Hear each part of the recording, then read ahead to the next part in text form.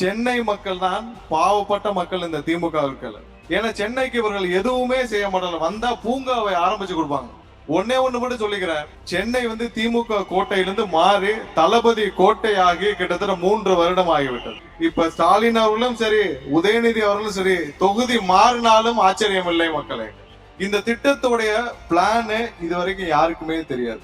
மேயர்கிட்ட கேட்டு பாருங்க, 80% முடிஞ்சிச்சு, 90% முடிஞ்சிச்சுன்னு. இந்த துறையுடைய அமைச்சர் பாத்தீங்கன்னா KN நேரு.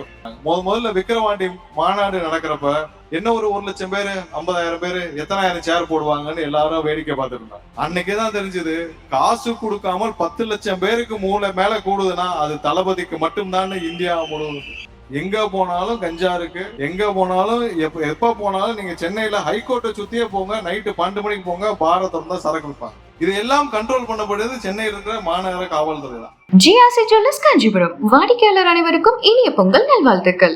ஒரு 24 மணி நேரத்துக்குள்ள ஒட்டுமொத்த ஒரு சென்னையில் இருக்கிற ஒட்டுமொத்த நிர்வாகிகளும் வர முடியும்னா உலகத்திலேயே நம்ம கட்சி மட்டும்தாங்க. 10 நாள் வேலை செஞ்சு, மத்த கட்சியெல்லாம் 10 நாள் வேலை செஞ்சு 10 நாளா பிடிச்சி ஒரு இடத்த பிடிச்சி எல்லா கட்சிக்கும் சொல்லி வண்டியை பிடிச்சி ஏத்திட்டு வந்து உட்கார வச்சா கூட 30% தேராது.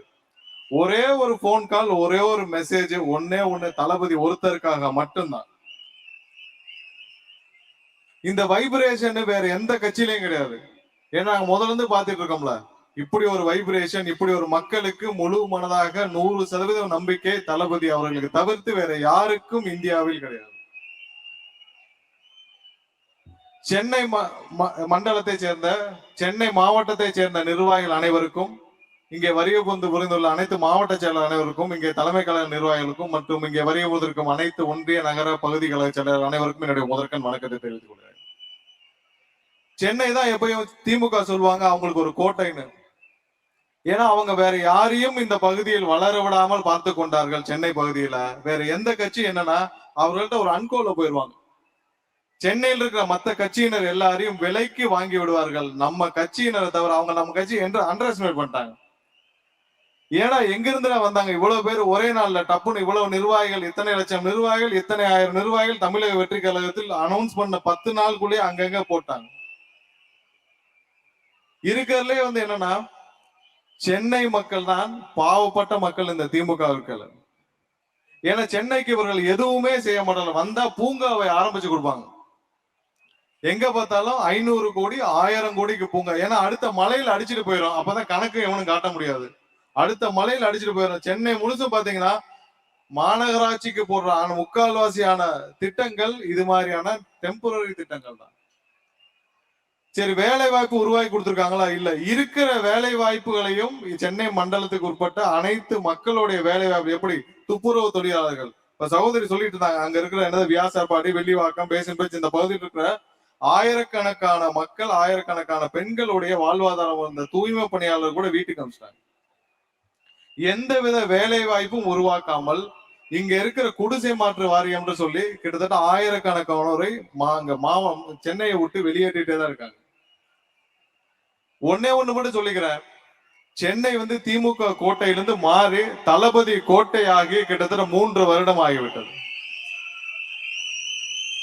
முதல்ல இவர்கள் என்ன நினைச்சார்கள், சென்னையில ஒண்ணும் பிரச்சனை இல்லை, வேற எந்த கட்சியும் வராது, எப்பயும் சென்னை மக்கள் நமக்கு தான் ஓட்டு போடுவாங்கன்னு. 3 வருஷத்துக்கு முன்னாடி இந்த நிலைமை மாறி இப்ப ஸ்டாலின் அவர்களும் சரி, உதயநிதி அவர்களும் சரி, தொகுதி மாறினாலும் ஆச்சரியம் இல்லை மக்களே. எப்ப வேணாலும் இவர்கள் 2 பேருமே தொகுதி மாறலாம். ஏனால் எல்லா தொகுதிகளிலும் சென்னையும் சென்னை சுற்றி இருக்கிற அனைத்து தொகுதிகளிலும் நம்முடைய தமிழக வெற்றி கழகத்தான் அதிக மக்கள் வாக்களிக்க தயாராக இருக்கிறார்கள். உங்களுக்கு ரொம்ப சிரமமான ஒரு விஷயம் என்னன்னா, இவர்கள் அதிகப்படியாக ஒவ்வொரு இடத்திலும் கலவரத்தை கட்டவிழ்த்து விடுவார்கள். அதையெல்லாம் கவலைப்பட வேண்டாம். இன்னைக்கு இருக்கிற சோசியல் மீடியா யுகத்தில், ஏன்னா போலீஸை வச்சு கண்ட்ரோல் பண்ண பார்த்தாங்க. நம்மளுடைய ஆர்ப்பாட்டம் நடைபெற்றது, தளபதி தலைமையிலான ஆர்ப்பாட்டத்தில். அப்ப இவங்க எல்லா ரூட்டையும் அடைச்சிட்டாங்க, சுத்தி வர எல்லா பகுதியும் அடைச்சிட்டாங்க. மக்கள் கிட்டத்தட்ட 13 கிலோமீட்டர் நடந்து வந்தாங்க. 8 கிலோமீட்டர் 13 கிலோமீட்டர். அதையும் தாண்டி 80,000 பேருக்குள்ள உள்ள வந்துட்டாங்க. அப்பதான் இங்க இருக்கிற காவல்துறைக்கு புரிஞ்சது, எதையும் தடுத்தாலும் நம்மளுடைய தமிழக வெற்றி கழகத்தோட நிர்வாகிகளுடைய மட்டும் எந்த காலத்திலும் தடுக்க முடியாது. நமக்கு இருக்கிற அனைத்து சட்டமன்றங்களும், முக்கியமாக இங்க நார்த்ல இருக்கிற அனைத்து சட்டமன்றங்களிலும் பெரும்பாலான மக்கள் நம்மளுடைய மக்களாக இருக்கிறார்கள், நமக்கு வாக்களிக்கக்கூடிய மக்களாக இருக்கிறார்கள். எந்த காலத்திலும் இனிமேல் சென்னை மட்டுமல்ல, சென்னை சுற்றி இருக்கிற அனைத்து மாவட்டங்களிலும் திமுக ஒரு நாள் கூட உள்ள வர முடியாது. எப்படி 84ல கருணாநிதி ஒருத்தரை தவிர மற்ற அனைவரையும் தோற்கடித்தார்களோ அதே மாதிரியான ஒரு சூழ்நிலை 2026ல வரப்போகுது. சென்னைக்கு ஒரு வடிகால் வாரிய திட்டம் ஒண்ணு கொண்டு வந்தாங்க. போன ஆட்சியிலே ஆரம்பிச்சது, இந்த ஆட்சியிலும் இதை நீங்க போறப்பெல்லாம் கண்டிப்பாக, ஏன்னா நீங்க சென்னை மக்கள் பெரும்பாலும் ஒவ்வொரு நாளும் கஷ்டப்படுறது, இந்த மழை காலம் வந்தாலே கஷ்டப்படுறது என்னன்னா, இங்க உள்ள பகுதிகளில் மழை நீர் தேங்கிவிடும். பார்த்துருப்பீங்க, எல்லாரும் பிரிட்ஜில் போய் நிப்பாட்டிடுவாங்க காரை. பிரிட்ஜில் நிப்பாட்டிட்டு 3 நாள் கழிச்சு எடுப்பாங்க. அதையும் போலீஸ் வச்சு போன தடவை பிரிட்ஜில் யாரும் காரை நிப்பாட்ட விடாம அடிச்சு விரட்டினாங்க. இவங்கனால மக்களை பாதுகாக்கவும் முடியாது, அங்க அவங்களா பாதுகாக்கிறதுக்கு ஒரு இடத்த பிடிச்சாலும் அதையும் அடிச்சு விரட்டிடுறாரு. இந்த வடிகால் பணிகளை பத்தி நீங்க சென்னையில போறப்ப ஒவ்வொரு பகுதியிலும் ஒவ்வொரு மக்களுக்கும் கண்டிப்பாக சொல்லி ஆகணும். இந்த திட்டத்திற்கு கிட்டத்தட்ட 5000 கோடிக்கு மேல செலவு பண்ணி முடிச்சிட்டாங்க. இது மழைநீர் வடிகால் பணிகளுக்காக சென்னையில் உள்ள அனைத்து பகுதிகளிலும் மழை நீரை கொண்டு போய் வடிகாலில் கொண்டு போய் வெளியில சேர்க்கறதுக்கான திட்டம். இந்த திட்டத்துடைய பிளான் இதுவரைக்கும் யாருக்குமே தெரியாது. மேயர்கிட்ட கேட்டு பாருங்க, 80% முடிஞ்சிச்சு, 90% முடிஞ்சிச்சுன்னு. இந்த துறையுடைய அமைச்சர் பாத்தீங்கன்னா KN நேரு. அவருக்கு ஏற்கனவே 3 ED சம்மன் போயிருச்சு, பல ஆயிரம் கோடி ஊழல் அவர் மேல இருக்கு. எந்த நேரத்திலும் உள்ள போகலாம். FIR போட்டா அடுத்த நாளே உள்ள போற அமைச்சர் திரு KN நேருவா தான். அவருடைய அமைச்சரவைக்கு கீழே தான் இந்த வடிகால் பணிகள் இருக்கு. இந்த 4000 கோடி 5000 கோடி என்ன செஞ்சாங்கன்னா யாருக்குமே தெரியல. எல்லா இடத்துலயும் டிரைனேஜோட, அதாவது கழிவு நீரோட சேர்த்தே இந்த திட்டத்தை முடித்து விட்டார்கள். எப்படின்னா கழிவு நீர் தனியா இருக்கணும், மழை நீரோட வடிகால் பணிகள் தனியா இருக்கணும். இது ரெண்டு தனித்தனியா இருந்தாதான் மழை நீரை கொண்டு போய் இவர்கள் சேமிக்க முடியும் பிற்காலத்தில். இது ஒரு 100-200 வருடங்களுக்குரிய திட்டம். அப்படி ஒரு முக்கியமான திட்டத்தை இவர் முற்றிலும் சொதப்பி கெடுத்து, அந்த திட்டத்துடைய நிலைமை என்னன்னா இப்ப யாருக்குமே தெரியாது. திரும்பவும் எல்லா நார்த் மெட்ராஸ் எல்லாம் பாத்தீங்கன்னா இன்னும் மோட்டரா வச்சுதான் பம்ப் பண்ணிட்டு இருக்காங்க. 4000-5000 கோடியை செலவு பண்ணிட்டு இன்னும் மோட்டாரை வச்சு பம்ப் பண்றதுக்கா இத்தனை வருஷம் நீங்க எல்லாரையும் மக்களை ஏமாட்டிட்டு இருந்தீங்க. எந்த விதத்திலும் திமுக வந்தால் சென்னைக்கு மட்டும் இல்ல, தமிழகத்திற்கே அழிவுதான். சென்னை மக்களுக்கு காப்பாற்ற வேண்டும் என்றால், சென்னை மக்களுக்கு ஒரு நல்லது நடக்க வேண்டும் என்றால் இங்க வேலை வாய்ப்புகள் உருவாக்க வேண்டும். இங்க இருக்கிற மக்களுக்கு போதுமான சுகாதாரம் கொடுக்க வேண்டும். சென்னை மக்களுடைய பாப்புலேஷன் கூடிட்டே இருக்கு. இதையெல்லாம் ஏன்னா நீங்க களத்துல நீங்க தான் நின்று ஒவ்வொரு நாளும் மக்களை சந்திக்க போறீங்க. ஏன்னா களத்துல ஏற்கனவே நம்ம ஆட்கள் எல்லா இடத்துலயும் இருக்கிறீங்க.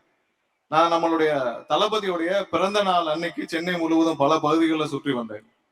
அந்த பிறந்த நாள் அன்னைக்கு, தளபதியுடைய பிறந்த நாள் அன்னைக்கு நம்மளுடைய கட்சியினர் இல்லாத தெருவே கிடையாது.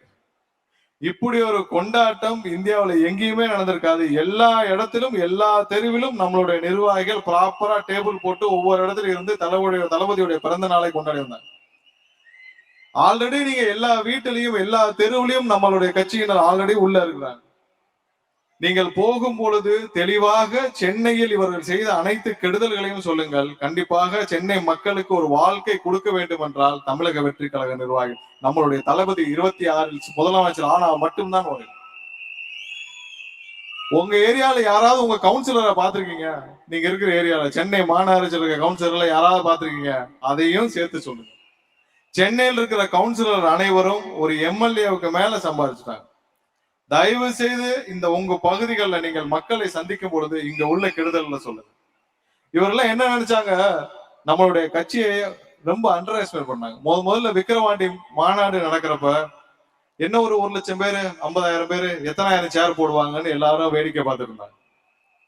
அன்னைக்குதான் தெரிஞ்சது, காசு கொடுக்காமல் 10 லட்சம் பேருக்கு மேல கூடுதுன்னா அது தளபதிக்கு மட்டும்தான் இந்தியா முழுவதும். இன்னமும் மக்கள் நேசிக்கும் ஒரு தலைவர் இருக்கிறான் என்று இந்தியா முழுவதும் நம்பப்பட்டது அன்னைக்குதான். ஏன்னா இன்னைக்கு இருக்கிற எந்த தலைவரையும், இந்தியாவில் எந்த தலைவரையும் மக்கள் நேசிக்கவில்லை, மக்கள் நம்பவும் இல்லை. இந்த தலைவர் வந்தால் நம்மளை காப்பாற்றுவார், இந்த தலைவர் வந்தால் நமக்கு நல்லது செய்வார், இந்த தலைவர் தான் வரணும்னு எந்த இந்தியாவில் எந்த மக்களும் நினைக்கவில்லை. தளபதி மீது மட்டும்தான் இன்றைக்கு அந்த நம்பிக்கை இருக்கிறது. அந்த நம்பிக்கை முழுவதும் தமிழகம் முழுவதும் அனைத்து முன்னாடி சொல்றாங்க, இல்ல பசங்க மட்டும்தான் இருக்காங்க, பெண்கள் அப்படிலாம் கிடையாது. அனைத்து தரப்பு மக்களும் நம்பிக்கை வைத்திருக்கிறார்கள். அனைத்து தரப்பு மக்களும் தளபதி வர வேண்டும் என்று நம்புகிறார்கள். இன்னைக்கு இருக்க பெரிய பிரச்சனை சென்னையில போதை கலாச்சாரம். போதை கலாச்சாரம் இன்னைக்கு சென்னையில ரொம்ப ஒஸ்டா இருக்கு. எங்க போனாலும் கஞ்சா இருக்கு. எங்க போனாலும் எப்ப போனாலும் நீங்க சென்னையில ஹைகோர்ட்டை சுத்தியே போங்க, நைட்டு 12 மணிக்கு போங்க, பார திறந்தா சரக்கு விற்பாங்க. இது எல்லாம் கண்ட்ரோல் பண்ணப்படுறது சென்னையில் இருக்கிற மாநகர காவல்துறை தான். எங்கேயுமே நீங்க இங்க இருக்கிற காவல்துறைக்கு அவங்களுக்கு ஃப்ரீயாண்டு கொடுத்தா தானே. காவல்துறைக்கு சொன்னா நீங்க நிப்பாட்டுனா நிப்பாட்டிட போறாங்க. விக்கிறதே அங்க போற மேல போற கமிஷனுக்கு தானே. மேல போற கமிஷனுக்கு தானே இங்க அலோவ் பண்றது.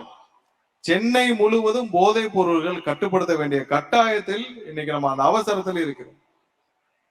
அது போக இன்னைக்கு பள்ளிக்கூடங்கள், அரசு பள்ளிக்கூடங்கள், அதுவும் மாநகராட்சிக்கு சொந்தமான பள்ளிக்கூடங்கள் சென்னையில் ரொம்ப மோசமான நிலையில் இருக்குது. சென்னை மாநகராட்சிக்கு மட்டும்தான் அதிகமான பள்ளிக்கூடங்கள் இருக்குது. அந்த பள்ளிக்கூடங்கள் அனைத்தும் மோசமான நிலையில் இருக்கு. நீங்கள் மக்களை சந்திக்கும் பொழுது திமுக செய்த துரோகங்களையும், திமுக இந்த மக்களுக்கு செய்த கெடுதல்களையும், இந்த மக்களை வைத்து ஒவ்வொரு நாளும் எப்படி ஏமாற்றிட்டு இருக்காங்கன்றதையும் தவறாமல் எடுத்து சொல்லுங்கள். கண்டிப்பாக 2026 சென்னை முழுவதும் தளபதியுடைய கோட்டையாக இருக்கும். அதை யாராலும் மாற்ற முடியாது. 2026க்கு அப்புறம் இங்க எல்லாரும் உங்க பகுதிகளில் கவுன்சிலராவோ உங்களுக்கு என்னவோ நீங்களும் உங்களுடைய தேர்தலை தயார்படுத்திக் கொள்ளுங்கள். அடுத்த வருடம் இதே மாதிரி ஒரு கூட்டம் போட்டால் நீங்க பல பேர் அரசு பொறுப்பில் இருக்க வேண்டும் என்ற வாழ்த்துக்களை கூறிக்கொண்டு இந்த வாய்ப்பை வழங்கிய தளபதிக்கும் தலைவர்களுக்கும் என்னுடைய நன்றியை தெரிவித்துக் கொண்டு விடைபெறுகிறேன். நன்றி, வணக்கம். ஜிஆர்சி ஜுவல்லர்ஸ் காஞ்சிபுரம் வாடிக்கையாளர் அனைவருக்கும் இனிய பொங்கல் நல்வாழ்த்துக்கள். மின்னம்பலம்.com தமிழின் முதல் மொபைல் பத்திரிகை.